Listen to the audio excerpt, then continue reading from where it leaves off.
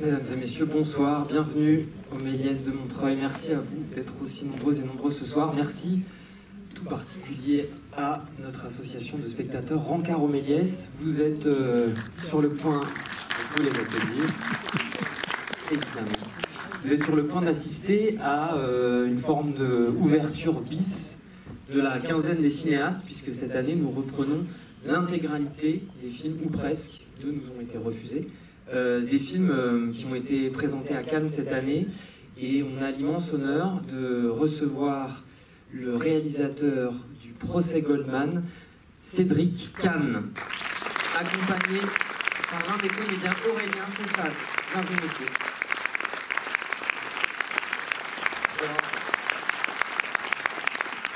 Bonsoir. Alors, format un peu particulier ce soir, puisque malheureusement Cédric Kahn ne peut pas rester avec nous à l'issue de la projection. Donc on va faire une longue présentation à 3 voix. On va parler du film sans trop le raconter. C'est pas la première fois que vous vous appuyez sur un fait divers pour construire un de vos films. Est-ce que vous pouvez nous dire ce qui vous a passionné dans l'affaire Goldman ? Du temps long comme ça.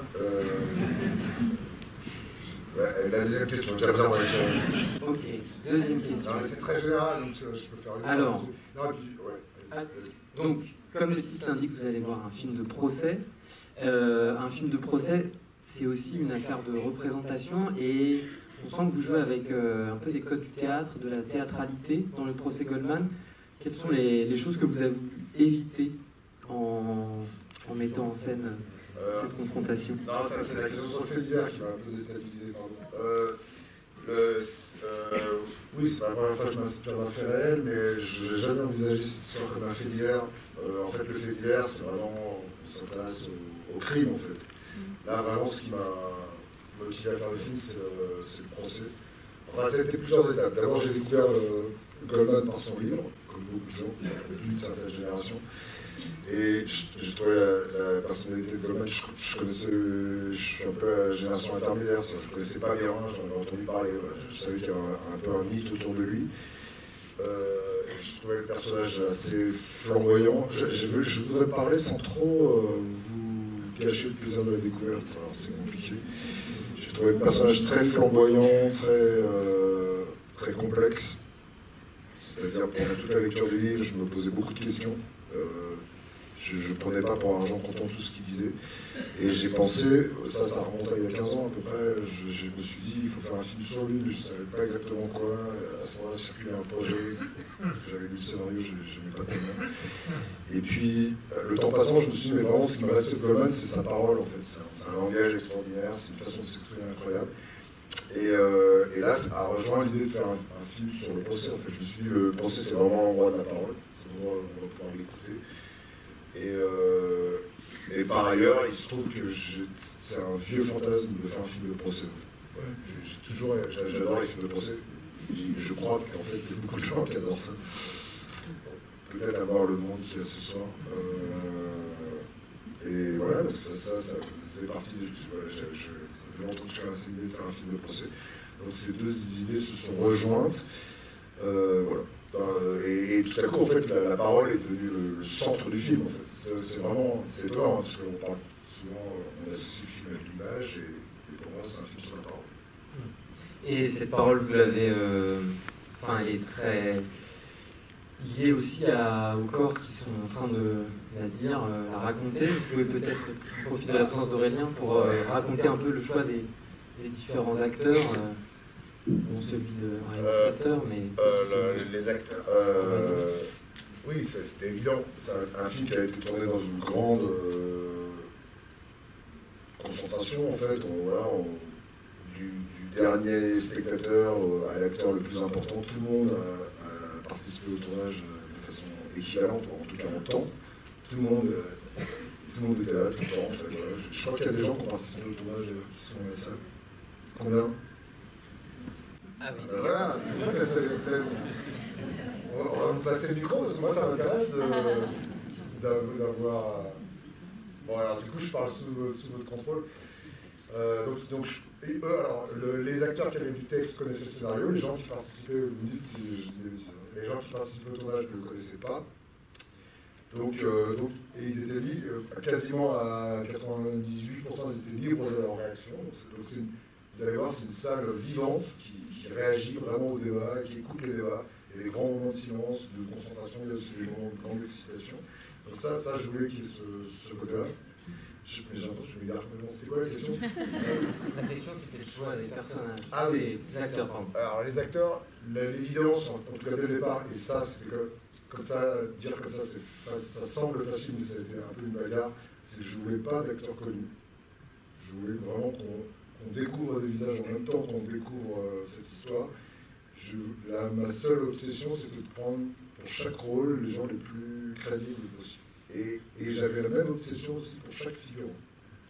C'est-à-dire qu'il y avait plusieurs groupes de figurants, il y avait les badauds, il y avait les jurés, il y avait les soutiens de Goldman, il y avait les copains, les antillais, il y avait les journalistes, et chaque figurant était choisi avec le même soin que, voilà, sachez-le, le même soin que les acteurs principaux. Il fallait vraiment que tout soit à sa place. Et après, on a beau faire ça, on ne sait pas si ça va bien se passer, mais enfin voilà, on espère. Et peut-être, Aurélien, vous pouvez nous parler un peu de vous, comment vous avez ressenti. Je ne sais pas si c'est votre première expérience sur un film aussi important, le procès Goldman, mais racontez-nous comment vous avez vécu le travail avec Cédric Kahn. C'est vrai que ce que dit Cédric, déjà on était dans un décor unique, donc on était... Le tribunal c'était un peu comme au théâtre finalement, quoi. Il y avait cette chose-là où on était un peu enfermé pendant une quinzaine de jours, et on était très porté effectivement par la salle, par les gens qui étaient présents, dans leur réaction, dans leur... des fois où ils approuvaient, des fois où ils infirmaient ce que les uns et les autres racontaient, les témoins. Et ça, c'était très... Enfin, je sais pas, on était galvanisés par ça, qu'on était vraiment portés. Moi, je crois, nous, les acteurs. Et puis, il y avait aussi cette chose qui était quand même très impressionnante, parce que quand des acteurs venaient témoigner à la barre, des personnages venaient témoigner à la barre, ils rentraient un peu comme une première fois dans la salle de tribunal. Et c'est très impressionnant, quoi, parce que, enfin, je crois pour eux, on était en robe d'avocat, en magistrat, etc.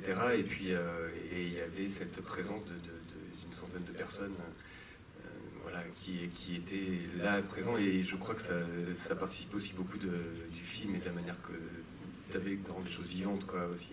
Disons que le film a été tourné absolument dans l'ordre du scénario et du procès, parce que nous-mêmes, à l'écriture, on a respecté le déroulé du procès, et il y a une règle dans la justice, mais qu'on a respecté pour le tournage, c'est que tant que quelqu'un n'a pas témoigné, il n'a pas le droit d'être assis dans la salle. Parce qu'il ne doit pas être influencé par les débats. Donc les acteurs, quand ils avaient leur grande scène à jouer, c'était après ils étaient là-bas, c'était leur démarrage. Ils démarraient par ça. Donc imaginez entre 250 personnes comme ça.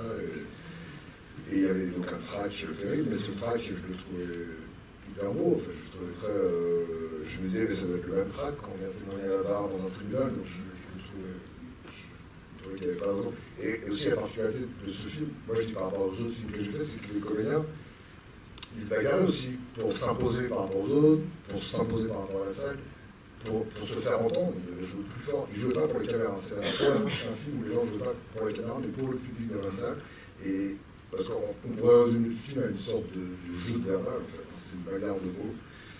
Voilà, c'est un match de mots. Et aussi, on peut dire que tu laissais quand même les scènes, enfin, comment dire, on faisait des scènes entières, assez longues, et donc ça, on oubliait aussi la présence, nous, des acteurs, un peu des caméras, quoi. C'est-à-dire que tout à coup, on rentre vraiment dans le jeu totalement, et on n'est pas sur des petits dialogues un peu serrés ou un peu coupés, quoi. C'était des mouvements d'une dizaine de minutes parfois, c'était génial, quoi, à jouer.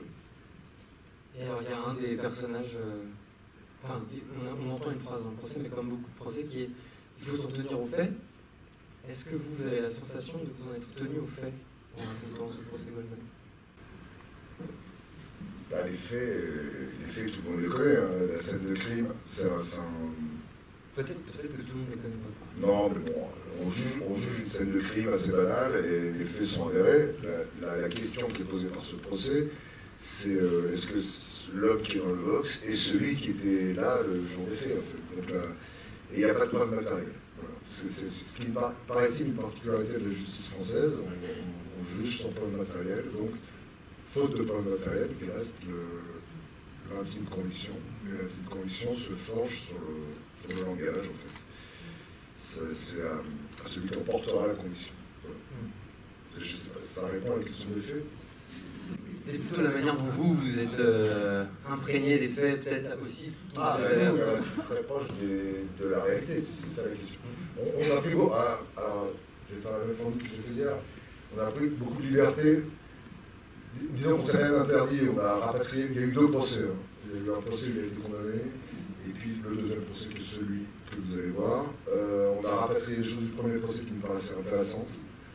On a fait dire des choses qui n'étaient pas avérées à l'époque du procès, qui ont été découvertes plus tard. Il y a beaucoup d'extraits du livre de Goldman qui sont lus par les... Et ça, c'est une liberté qu'on a pris aussi, je dis on, c'est avec les scénaristes. Parce que nous, ce qui nous intéressait, c'est d'être le plus exhaustif possible. On voulait que quelqu'un qui voit le film puisse avoir la vision la plus précise et la plus large de cette histoire. Donc, de ce point de vue-là, on n'a pas respecté les faits. Mais par contre, tout ce qu'il dit là est vrai. Enfin, il manquait un peu de répliques. Parce qu'on n'a pas eu accès aux ce qu'on appelle les minutes du procès, c'est-à-dire ce que les greffiers retranscrivent. On nous a dit que ça n'existait pas, qu'à l'époque on ne les faisait pas, ou on n'a pas voulu nous les donner, peu importe la raison. En tout cas, on ne les a pas eu, donc on a reconstitué avec des articles de journaux. Donc il y avait des trous, il a fallu quand même qu'on... Mais par exemple, la plaidoirie, Aurélien joue l'avocat général. La plaidoirie, sa plaidoirie, qui est très impressionnante, elle est au mot près. On n'a pas du tout. Et dans ces mots, justement, il y a des éléments qui nous ramènent et ancrent le film dans une époque très particulière, des éléments de langage, etc. Et en même temps, le film, je pense que c'est ce qui frappe et qui a frappé beaucoup de gens qui l'ont vu là, depuis sa présentation à Cannes, c'est sa terrible actualité. Ça, dès le départ, c'est un truc que vous vous êtes dit. Non, c'est une surprise pour moi. Moi, je suis honnête, je pourrais dire, j'ai trouvé le sujet tellement contemporain, franchement, c'est une surprise. D'abord, ça fait 15 ans que je veux faire ce film, que je veux faire un film sur Goldman. Le temps du cinéma, c'est un temps très long. C'est pas le temps de l'actualité. Et là, j'arrive, et tout le monde me dit, c'est fou, c'est un film qui raconte l'époque d'aujourd'hui, tout ça. Et c'est une divine surprise. Voilà. Alors, il y a deux explications. Alors, on peut se dire, la France est redevenue ce qu'elle était dans les années 70. Ça, c'est une possibilité.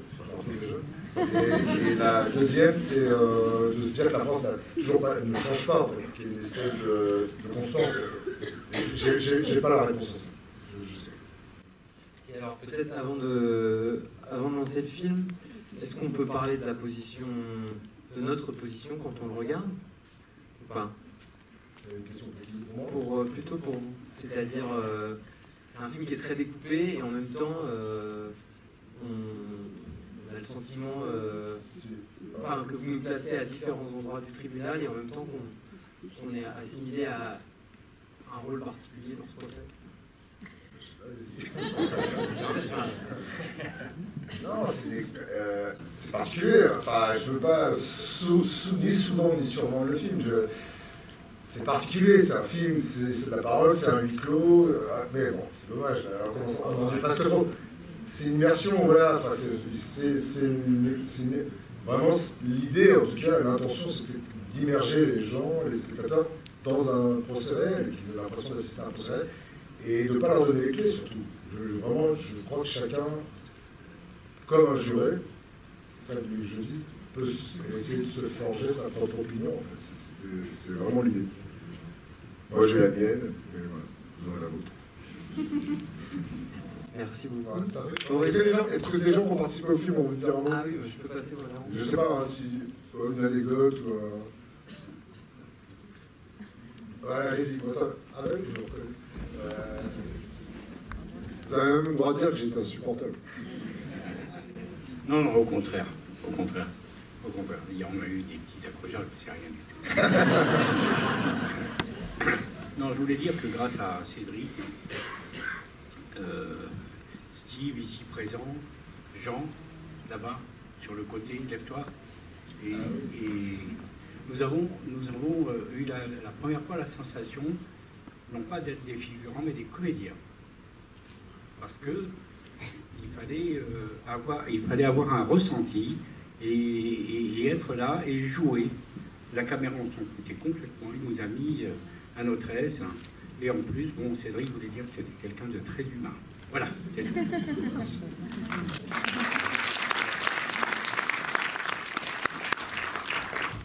Vous êtes plutôt bien tombé. J'ai bien fait.